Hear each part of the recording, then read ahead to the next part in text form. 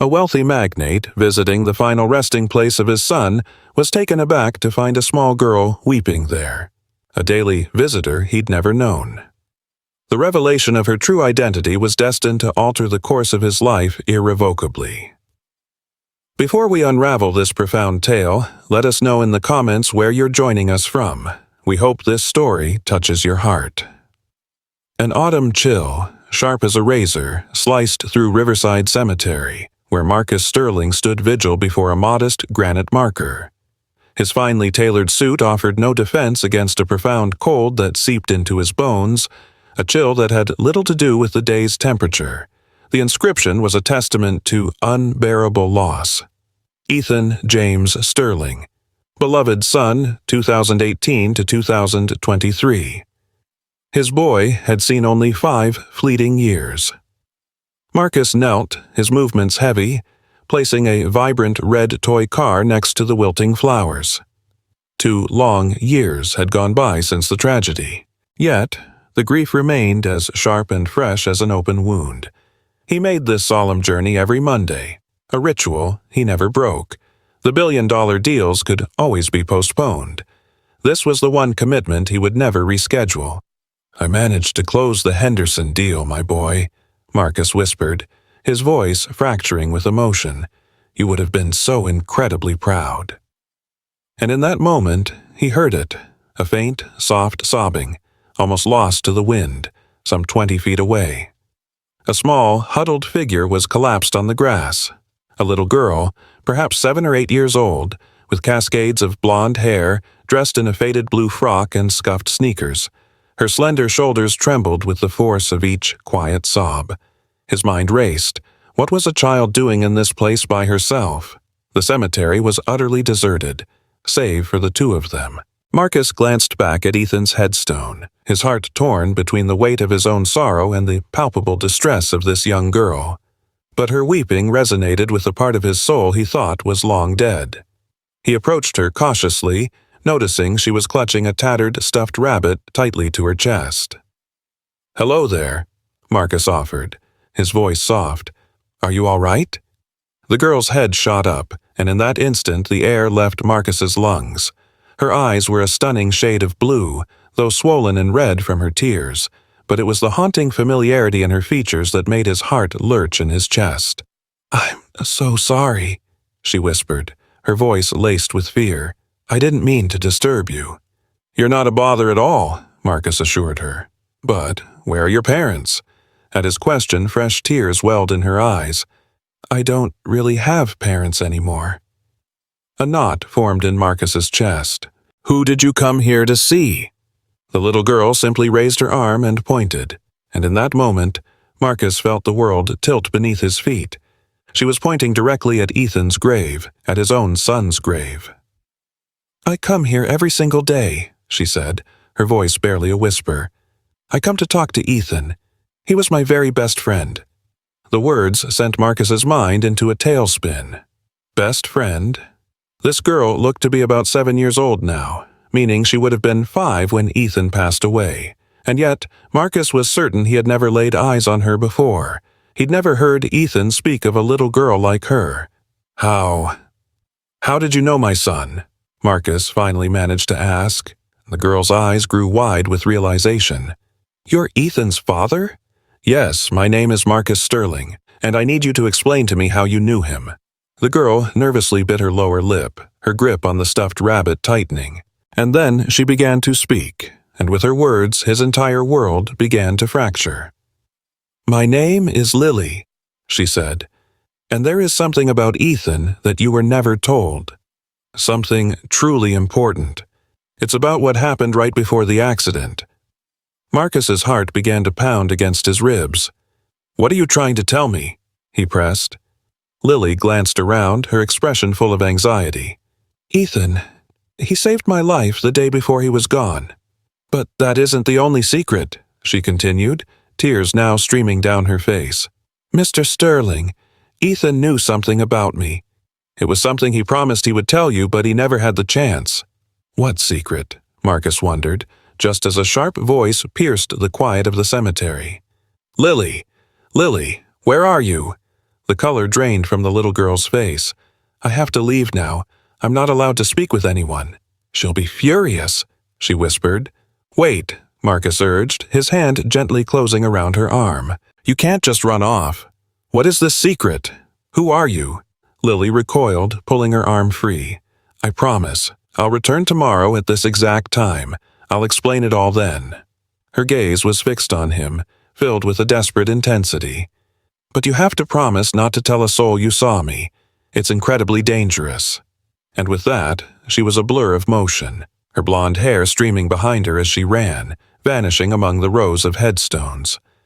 Marcus remained rooted to the spot, his thoughts a chaotic whirlwind. As he finally turned back toward Ethan's grave, a glint of something caught his eye. It was a photograph, half swallowed by the grass. He reached for it, his hands trembling uncontrollably. It was Ethan, beaming with that familiar gap-toothed smile, but he wasn't by himself. Beside him, her hand held firmly in his, was Lily, and behind them stood a woman Marcus didn't recognize at all. He turned the photograph over. Scrawled on the back in a child's handwriting were just 4 words. "Daddy, this is my sister." Sleep was an impossibility for Marcus that night. He found himself in his penthouse office, staring out at the sprawling lights of downtown Chicago. The photograph lay before him on the polished mahogany desk, the lamplight casting stark, unforgiving shadows across Ethan's cheerful face and over Lily's small hand clasped in his own. "Daddy, this is my sister." "Sister?" The word reverberated through his mind, a silent scream in a desolate room. It couldn't be true. Ethan was his one and only child. His marriage to Victoria had been a whirlwind, brief, intense, and in the end, utterly toxic. Their divorce was finalized when Ethan was just 2 years old. Victoria had relocated to California, started a new life, and barely ever came to visit. She had passed away in a car crash a mere 6 months after Ethan. There was no sister. It was simply not possible. And yet, the handwriting was undeniably Ethan's. Those crooked letters, the way he always drew his D's far too large. Marcus had boxes filled with his son's artwork tucked away in storage, each drawing a fresh stab to his heart. He couldn't bring himself to look at them, but he could never bring himself to throw them away either. He grabbed his phone, dialing a number that hadn't been called in months. "Do you have any clue what time it is?" The voice that answered was thick with sleep and laced with irritation. "Robert, I need you to locate someone." Marcus's voice was remarkably steady, betraying the tremor that shook his hands. Robert Chen was renowned as the finest private investigator in all of Chicago, discreet, meticulous, and effective. "Marcus, it's 3 in the morning. A young girl, 7 years old, with blonde hair and blue eyes. Her first name is Lily. She's been visiting Riverside Cemetery every day." A heavy silence hung on the line. "Is this about Ethan?" "Yes." Marcus shut his eyes tightly. "I believe she knew him. I have to know everything. I need to know who she is, where she's living, who her guardians are, absolutely everything. I'll get on it first thing in the morning. Start now, Robert. Please." Another beat of silence. "All right. I'll have something for you by noon." Marcus ended the call and his gaze fell back to the photograph. The woman in the background was out of focus, a blur, but he could discern dark hair and a slender frame. Her body was angled away from the lens, as though she was actively avoiding being in the picture. Who was this woman, and why had Ethan kept all of this a secret? The following morning felt endless, each hour dragging on like a life sentence.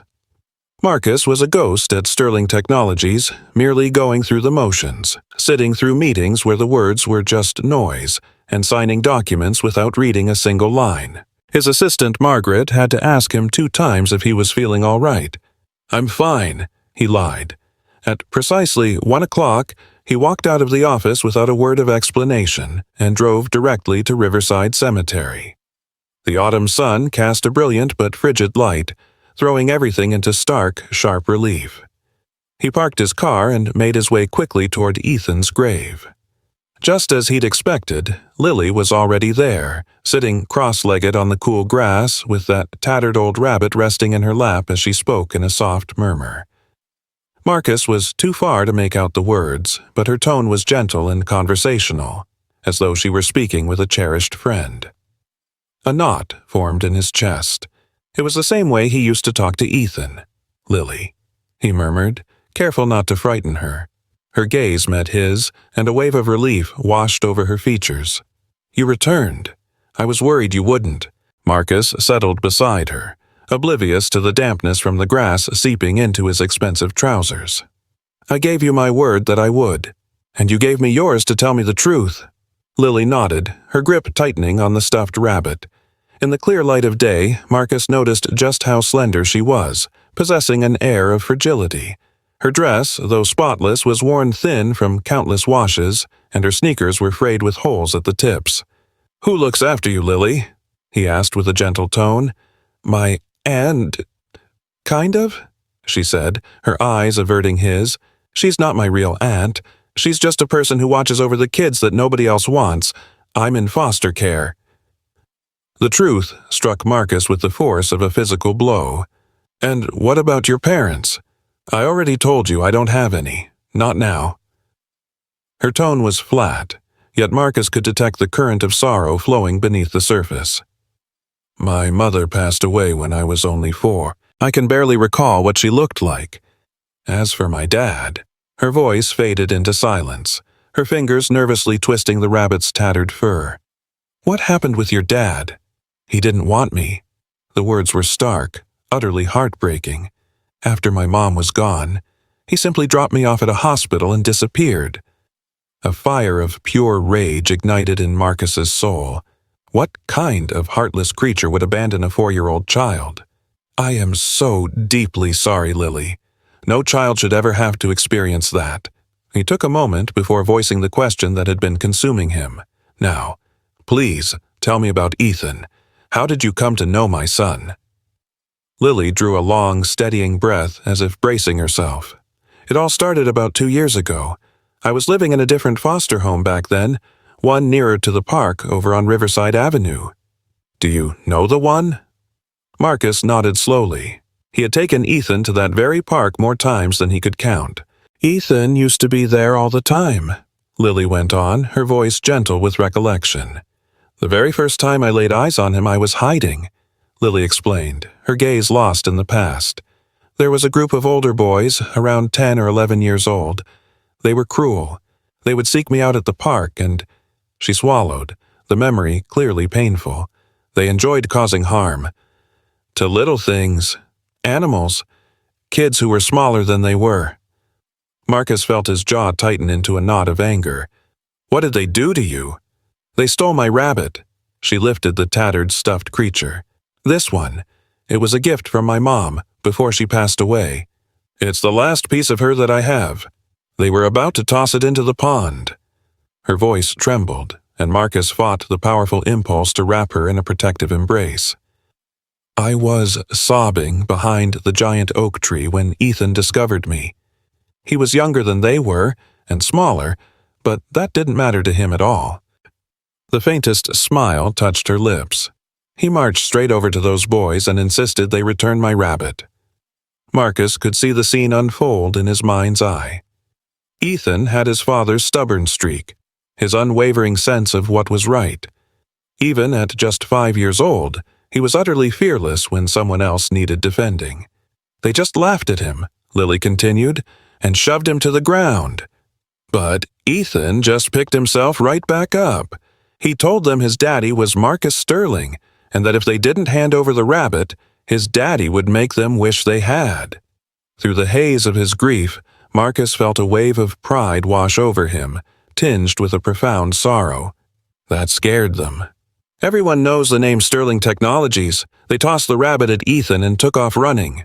Lily's eyes glistened with unshed tears. "Ethan brought it back to me, and he stayed right there with me until I finished crying. He introduced himself and asked if I'd like to be his friend."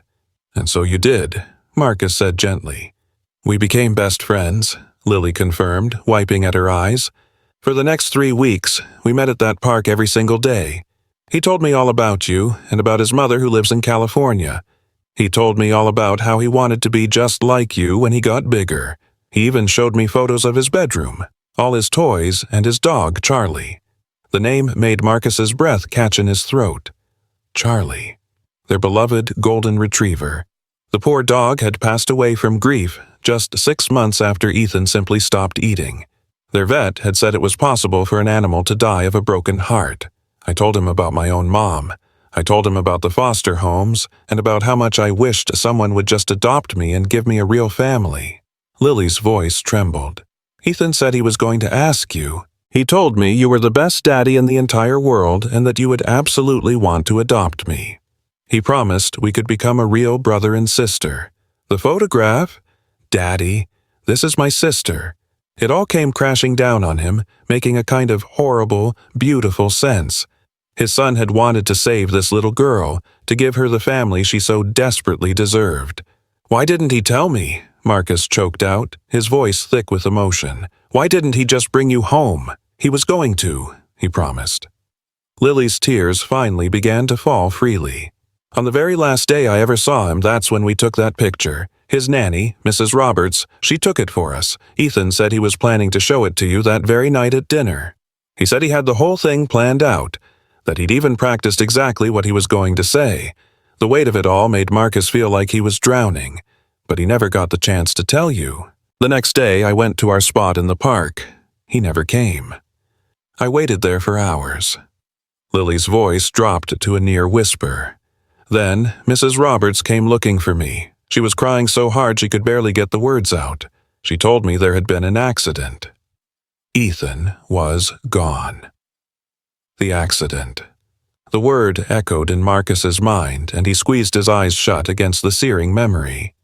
Ethan had been with Victoria, his mother, during one of her rare visits. She'd been driving too fast on the interstate, distracted, simply not paying attention. The semi-truck seemed to appear out of nowhere. Victoria walked away with only minor injuries. Ethan died in an instant. Mrs. Roberts gave me the photo. Lily went on. She told me that Ethan would have wanted me to have it. Not long after that, she moved away, and I was transferred to a different foster home across town. I never saw her again. But you kept coming here, Marcus stated, the pieces clicking into place. Every single day for 2 years. Lily gazed at Ethan's headstone with an expression of such pure love, it made Marcus's own heart ache. I tell him about my day, about my new foster home, about school, about everything. I always tell him I'm still waiting for my real family. Then she turned to face Marcus, her blue eyes piercing and holding his gaze. I've never told a single soul about him, about our friendship. My aunt has no idea that I come here. Nobody knows. Why not? Marcus asked gently. Lily's expression suddenly darkened. Because of her. Who? The woman from the photograph. She's been watching me. A chill, like ice water, shot through Marcus's veins. What do you mean, watching you? Lily's small hands trembled as she clutched the stuffed rabbit tighter. About 6 months after Ethan passed away, I started seeing her. At first, I just thought I was imagining things. She would be standing across the street when I walked to school, or in the park while I was playing. Sometimes I'd see her just standing outside my foster home late at night. Did you ever tell anyone? I tried to, but my foster parents just thought I was making up stories to get attention. Kids in the system do that sometimes. That's what they told me. Lily's voice held a bitterness far beyond her years. But I wasn't making it up. She's real, and she's always watching. Marcus slowly pulled out the photograph again. Is this the woman? Lily barely glanced at it before nodding quickly as if the very image of her was frightening. That's her. I don't know what her name is, and I have no idea what she wants, but Mr. Sterling. She looked up at him, her eyes wide with terror. I think she knew Ethan, too, and I think she knows something about the accident. What could possibly make you think that? Because 3 months ago, she whispered, she finally approached me. It happened right here, in this very cemetery, just a few days ago. A woman approached me out of nowhere and said, "You're the little girl Ethan was trying to protect." Then she asked if I was aware of the real story behind what happened that day. 1,000 questions flooded Marcus's mind. The real story? What could she possibly mean? I have no idea. She gave me a terrible fright, so I just took off running. But ever since, she's been getting bolder, more persistent. She's been leaving me notes. Notes? What sort of notes are we talking about? With trembling fingers, Lily reached into the pocket of her dress and retrieved a crumpled piece of paper. Her hands were shaking as she offered it to Marcus. He smoothed it out with care, his eyes falling on the elegant feminine script. It read, "The accident was no accident. Ethan had discovered something perilous. Inquire with Marcus about Victoria's secrets. Ask him the true reason his son is gone." Marcus felt the ground shift beneath his feet. This was completely mad. Victoria's secrets. The authorities conducted a full investigation. It was ruled a simple traffic collision. Victoria was preoccupied, driving too fast. There wasn't some grand conspiracy.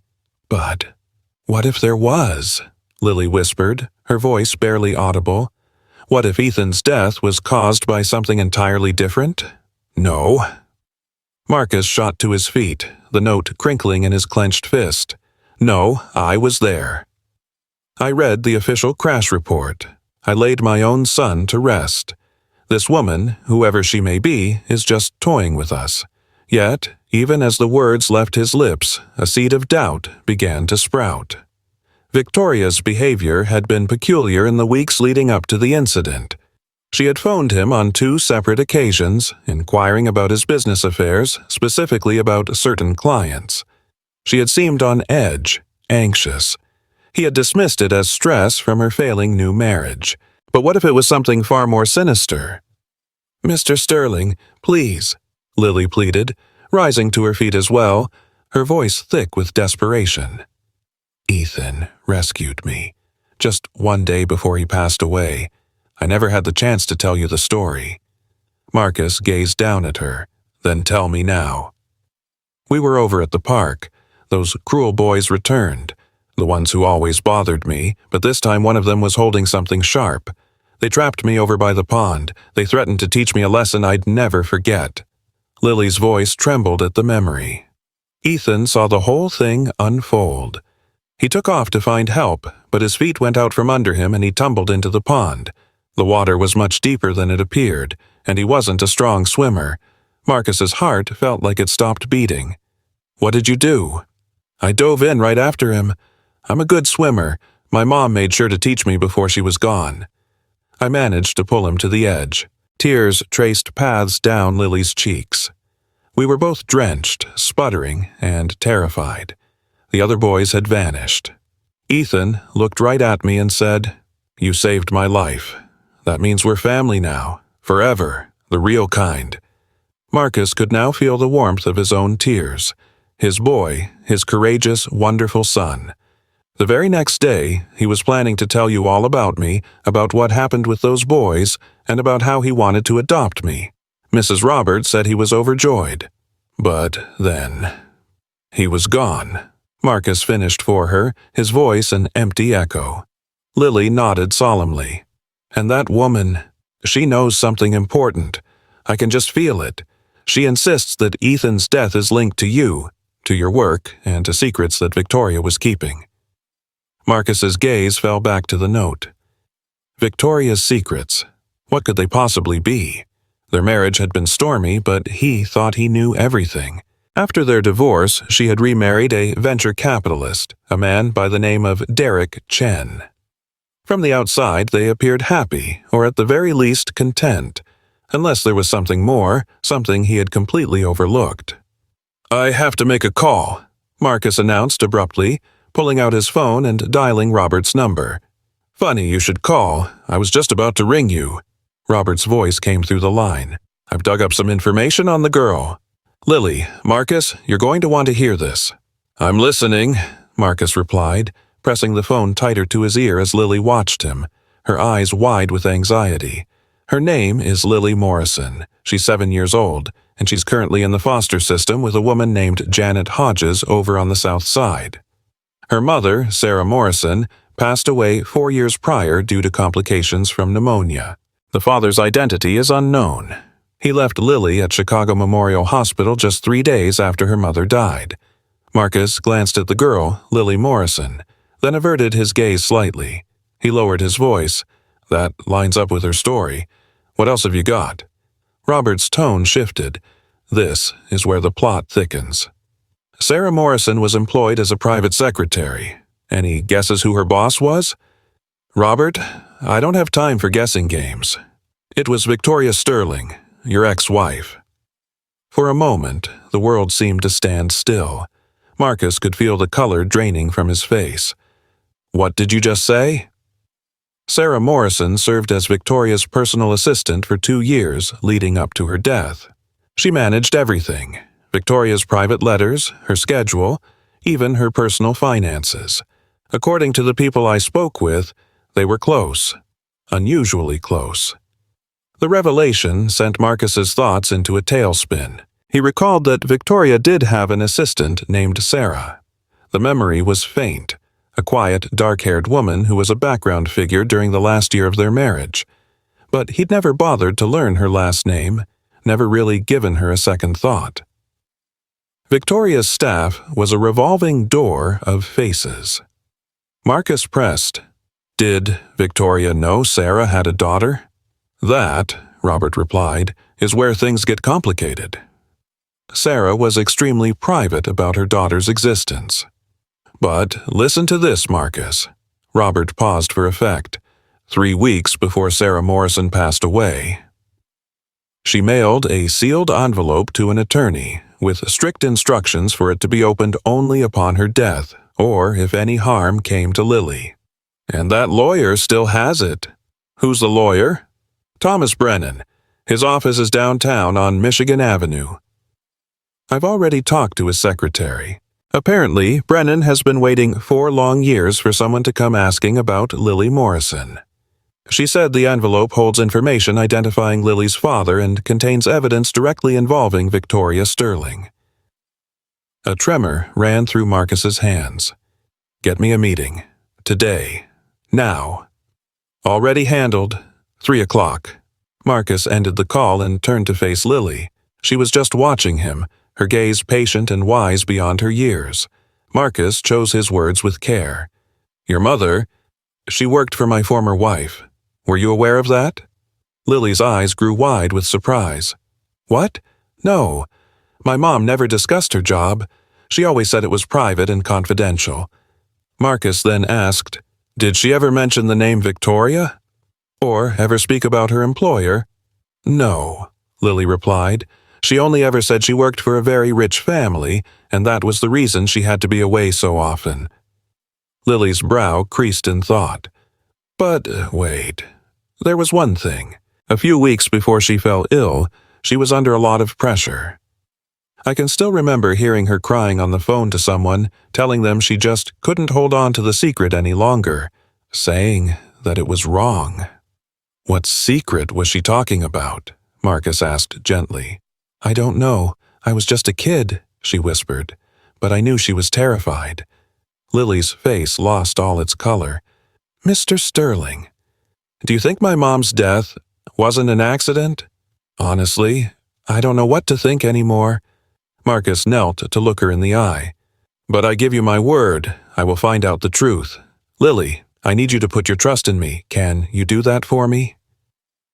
She simply nodded, her eyes filling with tears. This afternoon, I have a meeting with an attorney. He possesses information that concerns your mother, and that concerns you. It's information that your mother went to great lengths to protect. Marcus gently took her hands in his. But first, I need a promise from you. Do not go anywhere by yourself. If that woman tries to speak to you again, you say nothing, and you are not to return to the cemetery unless I am with you. It simply isn't safe. Will I see you again? She asked. Yes, Marcus replied, surprised by the conviction in his own voice. I promise you will. I need a way to reach you. Lily gave him a phone number, explaining, It's our landline. My aunt isn't a fan of us having mobile phones. She says we'd only end up losing them. Marcus saved the number in his contacts.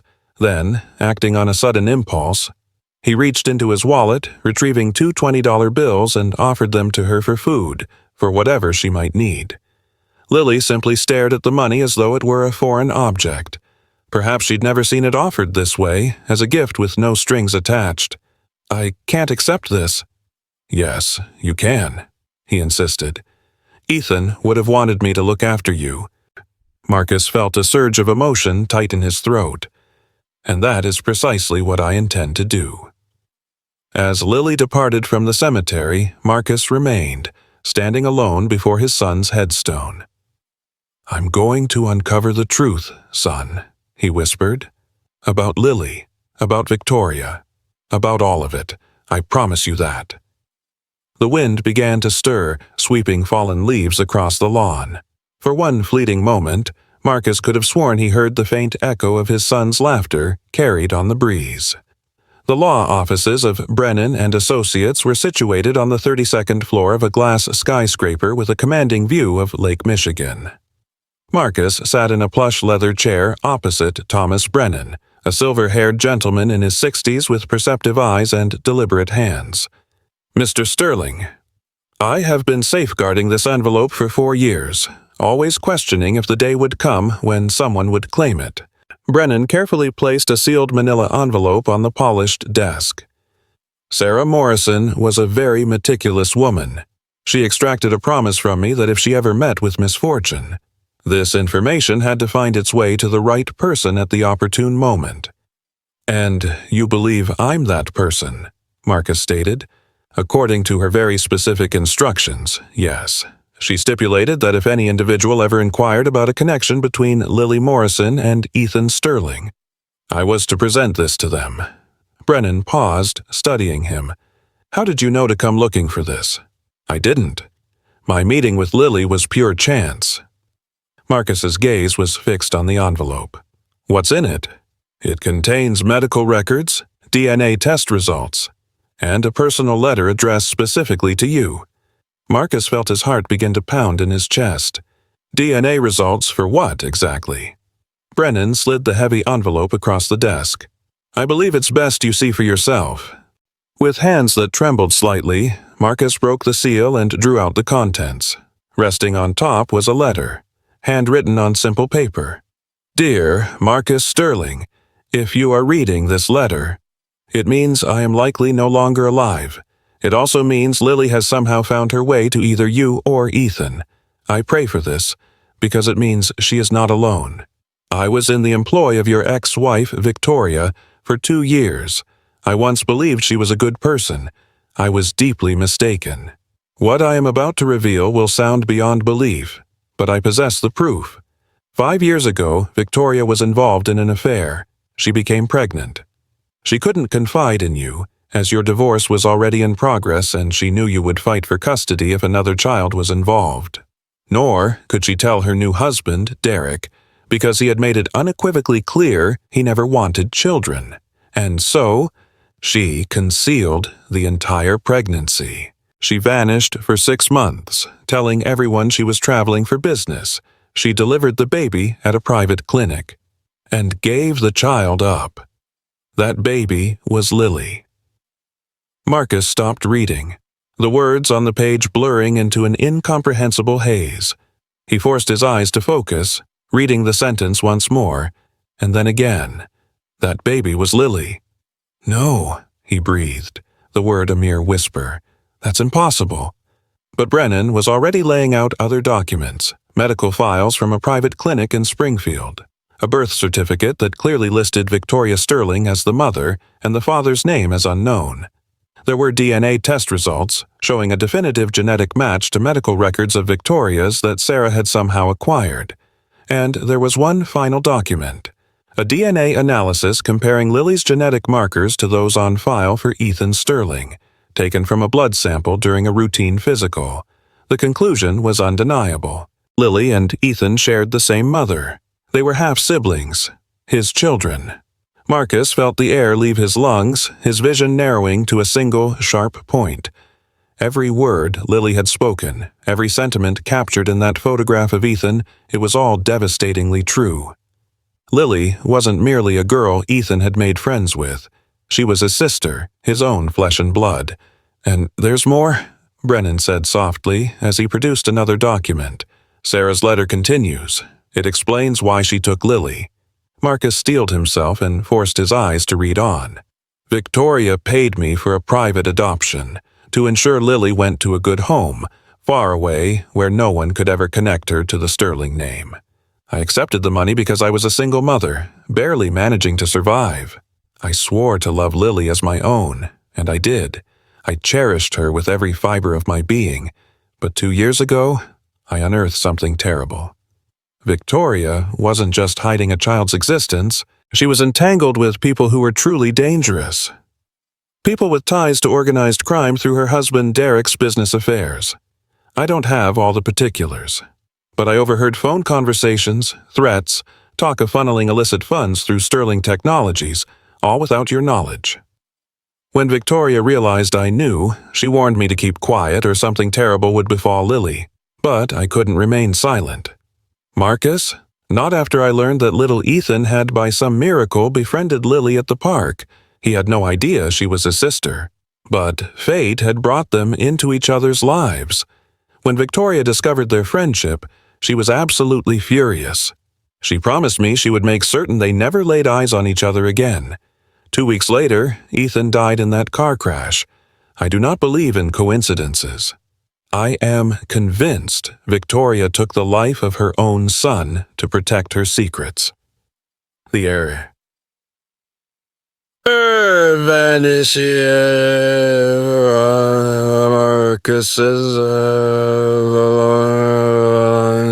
The letter fluttered from his nerveless fingers. Mr. Sterling, Brennan's voice echoed as if from a great distance. Are you all right? But Marcus was not all right. Nothing in his world would ever be all right again. Because if that letter was true, if any part of it was real, then Victoria had murdered Ethan, his son, their son, and Lily, the small girl he saw crying at the cemetery, was his daughter, abandoned and lost to him for 7 long years, and someone else out there knew the whole story. The woman who was watching Lily. She knew. Marcus shot to his feet.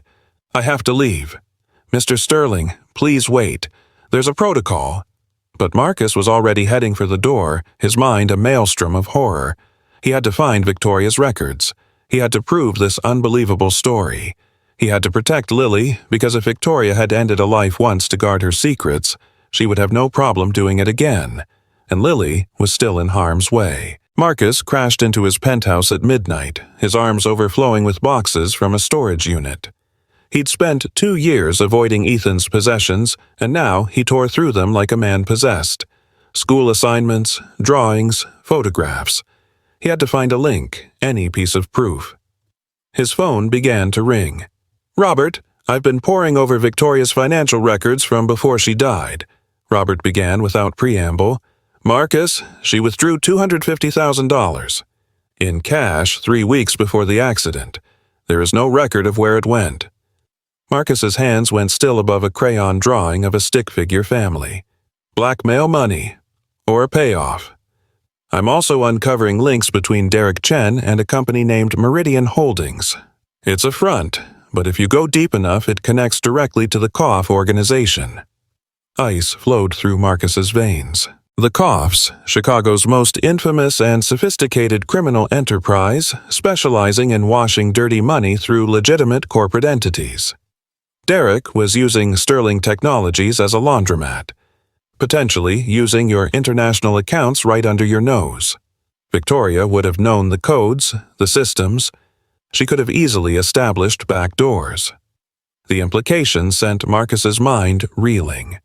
If Victoria was helping Derek wash his dirty money and Sarah stumbled upon it, that was a clear motive for murder. But could Victoria truly be capable of taking her own son's life? Robert, I need your help finding someone. A woman with dark hair, likely in her 30s or 40s. She's been keeping a close watch on Lily Morrison, tailing her every move. Do you have any clue who she might be? Not a one. But she's aware of the crash and she's been leaving notes for Lily, insisting it was no accident. Marcus took a breath. This woman could be our only witness. I'll start asking around discreetly. Marcus? Robert's tone grew serious. If Victoria is truly mixed up in what happened to Ethan, you're stepping into a minefield. People like this don't leave loose ends. Lily is a loose end. And now, so am I. After ending the call, Marcus's gaze fell back upon the DNA report. Lily Morrison was, in fact, Lily Sterling, his daughter, Ethan's sister, concealed from the world as if she were a shameful secret, and then her sole guardian, Sarah Morrison, perished under suspicious circumstances officially labeled natural causes. But Marcus had stopped believing in such convenient explanations. His phone vibrated. A text from an anonymous number. She's not safe in that house. They know you've located the lawyer. Meet me at 1847 Warehouse District, Pier 19, tomorrow at midnight. Come by yourself. I will explain everything. So, the mysterious woman was finally making contact. Marcus stared down at the screen. It was an obvious trap, but it was also the only lead he had. He quickly typed a reply. Who is this? The answer was instantaneous. Someone who loved Ethan, too. Someone who couldn't protect him. I won't make that mistake again. The warehouse district at midnight was every bit as foreboding as its name suggested. Marcus guided his Mercedes into the shadows and glanced at his phone. Robert had his location and explicit orders to contact the police if Marcus failed to check in within 1 hour. Pier 19 was completely deserted. The warehouse stood like a skeleton of rusted metal and shattered windows. Marcus stepped inside, his footsteps echoing ominously on the concrete floor. Mr. Sterling. The voice emerged from the shadows overhead. A woman materialized in a beam of moonlight piercing through a broken skylight. She appeared to be in her early 40s, her dark hair pulled back tightly. Her face was striking yet haggard, with dark circles beneath her eyes that told a story of countless sleepless nights. Dressed in jeans and a dark jacket, Marcus observed the way she carried herself, alert, poised to flee at a moment's notice. "Who are you?" Marcus demanded. "My name is Rachel Morrison. Sarah was my older sister." The pieces of the puzzle suddenly snapped into place for Marcus. Lily's aunt. Her biological aunt, yes, though that's not on any official record. Rachel cautiously descended the metal staircase, maintaining a safe distance. Sarah made me swear I would watch over Lily from afar, to never disclose our relationship, all to keep her safe. Safe from who? The same people who murdered your son? Rachel's voice broke. From the people who murdered my sister, Victoria. Victoria was just a pawn in their game. Derek Chen was the real threat. Rachel produced a flash drive. Sarah backed up everything. Every single call Victoria made on her private line, every email she sent, every transaction, it's all on here.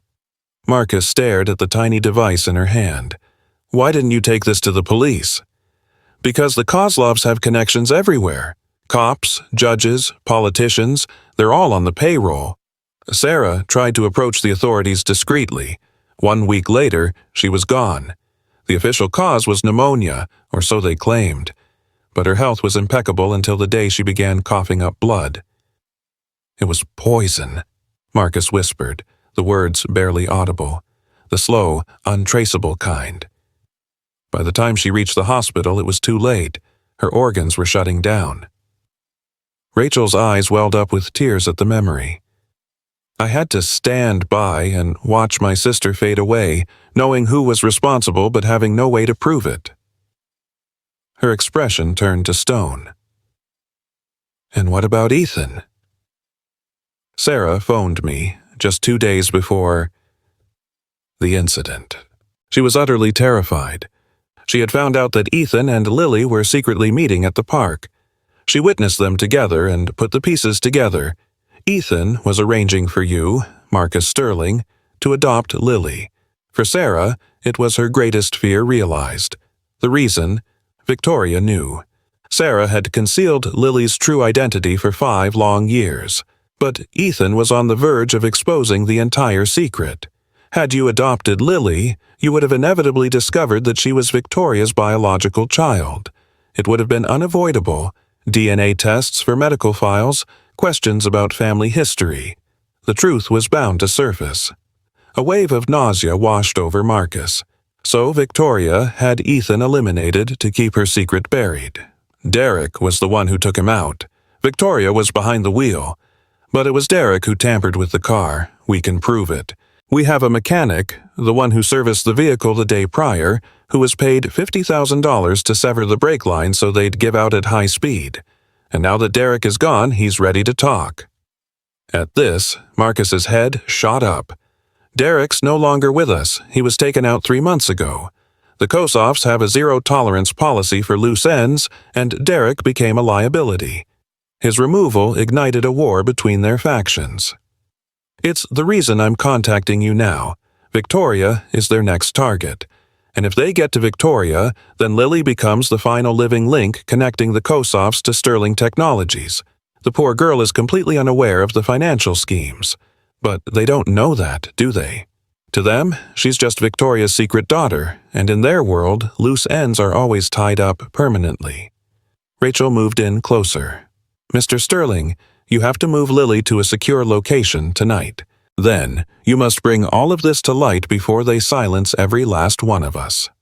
Just then, Marcus's phone vibrated. It was a text from Robert. Evacuate immediately. I'm picking up chatter on the wire. Kossoff associates are en route to Pier 19. They're aware you have a meeting. We have to go, Marcus said, his voice laced with urgency. Rachel's eyes shot wide at the sound of approaching vehicles. Here, take the flash drive, she yelled, tossing it toward him. His hand closed around it just as the warehouse doors exploded inward. 3 figures in dark suits stormed in, weapons raised. Go now, Rachel shrieked, pushing Marcus hard towards a rear exit. The deafening report of gunfire erupted in the enclosed space. Marcus bolted, the flash drive clutched in his hand, his heart pounding against his ribs. He could hear Rachel's frantic footsteps and ragged breaths right behind him. They crashed through a side door and into a darkened alley. His Mercedes was an impossible distance away. He seized Rachel's arm, pulling her deeper into the labyrinth of warehouses. More gunfire erupted. A bullet ricocheted off metal mere inches from Marcus's head. They dove for cover between 2 buildings. Rachel took the lead, her knowledge of the terrain now their only advantage. This way! There's a break in the fence. Marcus's lungs were on fire. This wasn't his world. He was a billionaire accustomed to boardrooms, not a fugitive sprinting for his life through a desolate industrial park. They made it to the fence. Rachel slipped through a ragged tear in the chain link, and Marcus scrambled to follow. He felt the metal links rip into his expensive suit. My car. 2 blocks south, Rachel panted. Blue Toyota. Rusted doors. Let's go. They took off again, running down the empty streets. The sound of their pursuers' footsteps echoed ominously behind them. Marcus risked a look over his shoulder and saw 2 figures closing in. Up ahead, Rachel's car came into view. It was a battered old sedan that looked like it might not even start. She fumbled desperately with the keys, finally managing to get the door unlocked. Marcus dove into the passenger seat just as Rachel slammed on the accelerator. With a screech of tires, the car shot forward. In their rearview mirror, their pursuers piled into a menacing black SUV. They're on our tail, Marcus yelled. Rachel remained silent, her entire focus locked on the road ahead. She tore through the narrow side streets, cornering so aggressively that Marcus had to brace himself against the door, but the bigger, faster SUV mirrored their every move. They're trying to force us off the road, Marcus said, his voice tight. Not if I make it to the precinct before they can. Hold on tight. Rachel floored it, merging onto a main thoroughfare and blowing through a red light. A symphony of angry horns erupted as the SUV stayed glued to them, closing the distance. Marcus's phone began to ring. He answered it blindly. Robert, we've got company. I know. I've dispatched units to your position. Just keep heading north towards the 23rd Street station. They're 3 minutes away. Rachel expertly weaved around a taxi. The SUV was practically on top of them now. its massive grille just inches from their rear fender. "They're going to ram us!" Marcus braced for the inevitable collision. The SUV lunged forward, and a sickening crunch of metal echoed as it slammed into their rear. Rachel wrestled with the steering wheel, fighting for control as their old car fishtailed violently across the road. And then, through the chaos, Marcus saw it, a flash of red and blue lights. 3 police cruisers were speeding towards them from the opposite lane. The SUV must have spotted them as well, because it abruptly swerved, vanishing down a dark side street. Rachel finally pulled the car to a stop, her hands trembling on the steering wheel as the police cruisers boxed them in. Officers leaped out, their weapons aimed directly at them. "Show me your hands!" one shouted. Marcus slowly raised his, the crucial flash drive still gripped tightly in his palm. "Get Detective Martinez at the precinct on the line," Marcus stated clearly. "Let him know Marcus Sterling has key evidence in the Victoria Sterling case." An hour later, they found themselves in a sterile interrogation room at the 23rd Street station, facing Detective Martinez, a no-nonsense woman in her 50s, who was meticulously reviewing the flash drive's contents on a laptop. "This is comprehensive," she finally remarked. "Bank records, recorded conversations, and a sworn testimony from your sister, recorded just before her passing. If what I'm seeing is legitimate, this is more than enough to launch a full-scale investigation into Victoria Sterling, Derek Chen, and their ties to the Koslov organization." "Oh, it's authentic," Rachel confirmed, her voice barely a whisper. "My sister gave her life for that information." Martinez gave a slow, understanding nod. "We're placing you both in protective custody while we verify all of this. Mr. Sterling, you mentioned a 7-year-old girl, one who might be in imminent danger?" "Lily Morrison. She's with a foster family on the south side." Marcus shot to his feet. "We have to get to her, right now. If the Koslovs know I have this drive, she'll be their next target." Martinez was already speaking into her radio, dispatching units to the foster home's address. They pulled up to Janet Hodges' house a mere 20 minutes later, a convoy of 4 cruisers and 2 unmarked sedans. Marcus was out of the car before it had even come to a complete stop. The front door was ajar, creaking eerily in the breeze. "No," Marcus whispered as they all charged inside. The inside of the house was utter chaos. Furniture had been flipped over, lamps were shattered on the floor. As they entered the living room, they discovered Janet Hodges, unconscious but still breathing, a nasty gash on her head. But Lily was nowhere to be found. Marcus felt his entire world shatter. "Find her," he choked out. "You have to find Lily." Officers immediately swarmed the property. Detective Martinez knelt down beside Janet, who was beginning to stir with a painful groan. "Mrs. Hodges, can you hear me? Can you tell me what happened?" Janet's eyes fluttered open, hazy and unfocused. "Some men. They came in, asking for Lily. I tried to stop them." She winced in pain, her hand weakly touching her head. "They took her. They said she belongs to them now." A silent scream built in Marcus's throat. Lily, his daughter, the little girl he had only just learned existed. Now she was stolen by the very same people who had taken his son from him. Just then, his phone began to ring. An unknown number flashed on the screen. "Pick it up," Martinez urged, already motioning to start a trace. Marcus tapped the speakerphone button. "This is Marcus Sterling." A man's voice, refined and tinged with a faint Eastern European accent, came through the line. "You're in possession of something that is ours. And we have someone who belongs to you." Marcus's voice was ice. "If you harm her," the man cut in, "we have no interest in bringing harm to children. However, we require a guarantee that the information your associate Rachel provided, you will be erased." "You murdered my son," Marcus seethed, his voice trembling with pure rage. A moment of silence passed. "Derek Chen is the one who took your son's life," the voice stated coolly, "a decision executed without our knowledge or approval. Had we been aware of his intentions to act so recklessly, so carelessly, we would have stepped in. Harming children is terrible for business. As for poisoning Sarah Morrison, that was also Derek Chen's initiative. The man had become a liability. And that is precisely why he was eliminated. The voice's tone hardened. But let's focus on the here and now, not on what's already done. You possess evidence that could cripple our operation.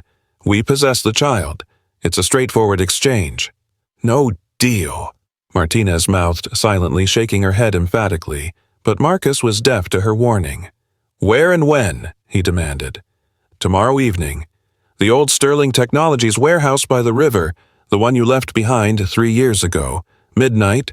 Bring the flash drive and come by yourself. We will have the girl with us. How can I be sure you'll release her? Marcus asked. You can't, but think about it. If we wanted the girl gone, it would have been done by now. Our goal is to see that evidence erased and to ensure your silence. Hand over the drive, and we may be persuaded to let you both vanish without a trace. But if you refuse...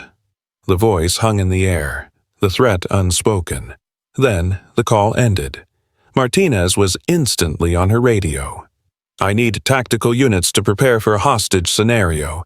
The location is the Sterling Technologies warehouse tomorrow at midnight. But Marcus's mind was snagged on something the caller had said, a detail about Derek acting without authorization. And then another thought began to take shape amidst the chaos. He's lying, Marcus declared abruptly, causing everyone in the room to turn and stare at him. The Kozlovs weren't behind Ethan's murder. On that point, they're being honest. Derek acted on his own. Marcus's thoughts were racing as the pieces of the puzzle started to lock into place. But there's something else they're not telling the truth about. Rachel leaned in. What is it, Victoria? They claimed they got rid of Derek because he was careless, but the truth is they're afraid of something much larger. Marcus turned his gaze to Martinez. I have to see Victoria's death certificate, right now. Martinez's brow furrowed in confusion. Victoria Sterling passed away 6 months after your son. It was a car crash in California. No, Marcus insisted, pulling out his phone and frantically scrolling through his emails. I know I received a death certificate, but I was consumed by grief. I never questioned it. But what if it wasn't real? What if Victoria never died? Then he found it. The email he was searching for, dated 2 years prior. The subject line read, Victoria Sterling Estate Documents. He had archived it back then, never giving it a proper read. Now he opened the attached file, the death certificate. At first glance, it appeared completely legitimate, but then something in the corner caught Marcus's eye, a registration number that just didn't look right. Robert, Marcus said, speaking into his phone, I need you to run a check on a death certificate for me. The number is KL284793B. Issued in Los Angeles, California, on July 15th, 2 years ago. 5 agonizing minutes of silence followed. When Robert's voice returned, it was strained with shock. Marcus. That certificate number is not in the Los Angeles County records. It's a fake. A heavy silence fell over the room. Victoria Sterling is alive, Marcus stated, each word landing with immense weight. She faked her own death. And the Kozlovs have been hunting for her all this time. The color drained from Rachel's face. If Victoria is actually alive and the Kozlovs are holding Lily, they're going to use Lily as bait, Marcus finished her thought. Not to get the flash drive, but to lure Victoria out of the shadows. Detective Martinez snatched her radio. We have to accelerate our timeline. If they find out we know Victoria's alive. Just then, Marcus's phone buzzed once more. This time, it was a text message, accompanied by a photo attachment. The blood in his veins ran cold. The image displayed Lily bound to a chair inside what appeared to be a stark concrete room. Tears streamed down her face, but she seemed physically unharmed. And, positioned right behind her, a hand resting on Lily's shoulder, was a woman with dark hair, Victoria. The message beneath the picture read, Surprise! We're having a family reunion at midnight. Don't you dare be late, Marcus. We have a great deal to talk about. Marcus's eyes were glued to the photo, his thoughts spiraling out of control. Victoria was alive, and she was the one who had Lily. This changes the entire game, Detective Martinez stated, her gaze fixed on the image. If Victoria is in the picture, this is no longer just a hostage crisis. This is deeply personal. She was responsible for our son's death, Marcus said, his voice devoid of all emotion. And now she's taken our daughter. Rachel clutched his arm tightly. Hold on, if Victoria is the one with Lily, then who are the Koslovs meeting? They obviously have no idea she's alive, or they wouldn't be setting a trap to flush her out. Marcus's phone began to ring again. This time it was Victoria's voice on the line, a sound he had prayed he would never hear for the rest of his life. Hello there, Marcus. Did you miss me? Where is she? Marcus demanded immediately. Where's Lily? Our little girl is perfectly fine, a bit frightened and confused as to why strange men took her, but she's fine. Victoria's tone was chillingly calm and calculated. And she will remain that way, provided you follow my instructions to the letter. I should have realized you would stage your own demise. I should have known you would just run away. I was left with no other choice. Derek lost his mind. He took Ethan's life to safeguard his precious money laundering scheme. Can you even imagine what that feels like, Marcus? To know that your own husband murdered your son? For a moment, her voice fractured slightly, revealing the first trace of genuine emotion. I wasn't able to stop him. I tried. Heaven knows I tried. You could have come to me, to the authorities, and tell them what, exactly? That I had been helping Derek siphon money from you for years? That I abandoned my own baby daughter just to save my own skin? That I was complicit in the entire operation? Victoria let out a bitter laugh. I was a coward. So, I faked my death and disappeared. I let the world believe I perished in that accident. It was far easier than confronting the consequences of my actions. But you've been keeping an eye on Lily from afar, yes, making certain she was safe. After Sarah passed away, I considered taking her and raising her as my own, but the risk was too great. The Koslovs were still actively searching for me. Victoria paused for a beat. Then you located her, began digging around, and now you forced me to make my move. Marcus's mind raced, working furiously. The rendezvous tonight. The Koslovs believe they're meeting with me, but you have another plan in mind.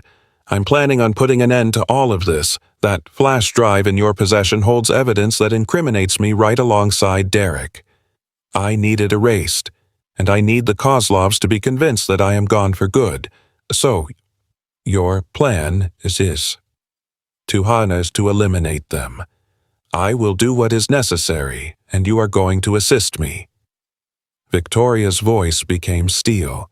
Tonight, at the stroke of midnight, you will go to that warehouse and you will bring the flash drive.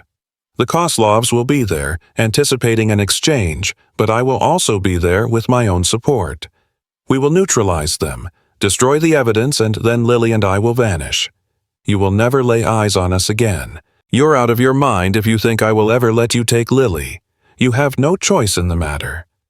I am her mother. I'm the one who brought her into this world, and what matters most is that she's with me, right now. Victoria's tone shifted, now begging. Marcus, please, she implored. This is the only way to guarantee her safety. If the Koslovs ever discover she's my child, they will hunt her to the ends of the earth.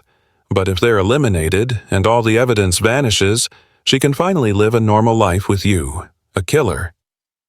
Derek was the one who pulled the trigger. I was only... Victoria cut herself off. None of that matters now. All that matters is Lily. Don't you want to see her safe?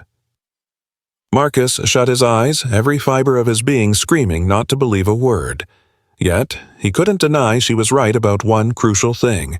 As long as the Koslovs were breathing, Lily would always be a target. What's the plan? He finally asked. His voice, so I...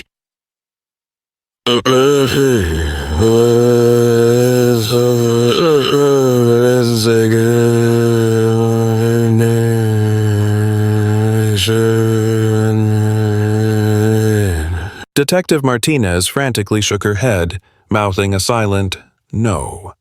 but Marcus's gaze remained fixed on the phone, awaiting Victoria's instructions. You'll bring the flash drive to the warehouse at the stroke of midnight. The Koslovs will have their people waiting, likely 6 or 7 of them. You go in by yourself, act like you're ready to make a deal, keep them distracted. And then, I'll take care of everything else. My team will neutralize the Koslovs. Your job is to grab Lily and get out. When the dust settles, Victoria Sterling will have vanished once more, and Marcus Sterling will be the grieving father who heroically fought off criminals to protect his foster daughter. Foster daughter? Marcus echoed. That's the official narrative. You met Lily at the cemetery and found out she was an orphan. You began the adoption process. What happened tonight was a botched robbery. The culprits were neutralized by their own accomplice, me, but they'll never be able to prove it. You come out a hero. Lily gets a family. It's a win for everyone, except you're still a wanted woman. I'll just be a ghost. It's the one thing I've always excelled at. Victoria's voice softened with a hint of sorrow. Marcus, I know you despise me. I'm aware I don't deserve your forgiveness, but I truly loved Ethan, more than anything, and I love Lily just as much. I want her to have the life that I never could. With you, please. Marcus's gaze swept over Detective Martinez, then Rachel, and finally the sea of police officers encircling them. His mind flashed to Ethan's headstone, to the image of Lily sobbing next to it, and to that one photograph with the simple childish scrawl, "Daddy, this is my sister." "All right," he said, his voice firm. "I'm in." On the other end, Victoria let out a sharp breath of relief. "Thank you. And Marcus, I truly am sorry for all of it." The line went dead. Detective Martinez instantly began barking orders, mobilizing tactical teams and demanding full surveillance. Get snipers on every rooftop. Nobody, not Victoria Sterling and not the Koslovs, is walking away from this tonight. But Marcus quickly pulled her aside. You can't go in hot. If the Koslovs even sniff a setup, Lily will be the first one they take out. So what's your brilliant suggestion? Marcus glanced down at the flash drive in his hand. I suggest we deliver exactly what they're asking for, just not in the way anyone is anticipating. He turned his attention to Rachel. How much of your sister's research is on this drive? All of it? Why? Because I'm making a duplicate. The Koslovs get the original.